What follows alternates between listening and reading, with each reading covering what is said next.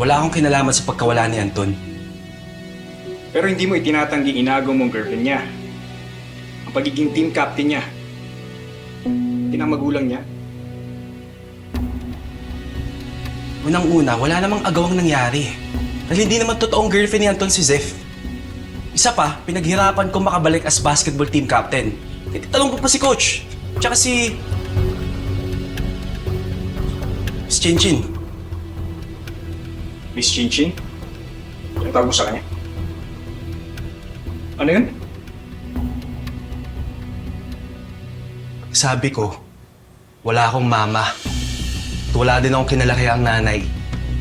Makayaya ko lang nagpalaki sa akin nun, kaya sanay akong mag-isa.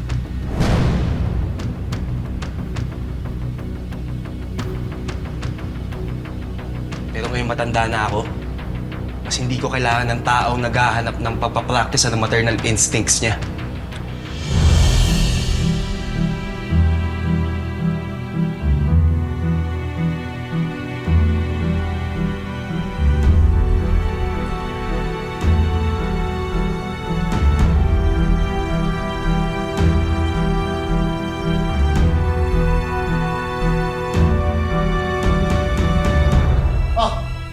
Di pa ba kayo tapos?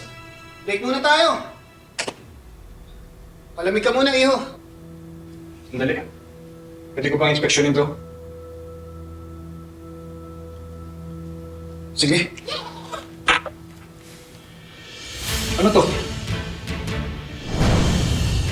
Ba't may dugo? Hindi ko alam paano napunta yung panyo ni Anton sa bag ko. So kaya Anton to.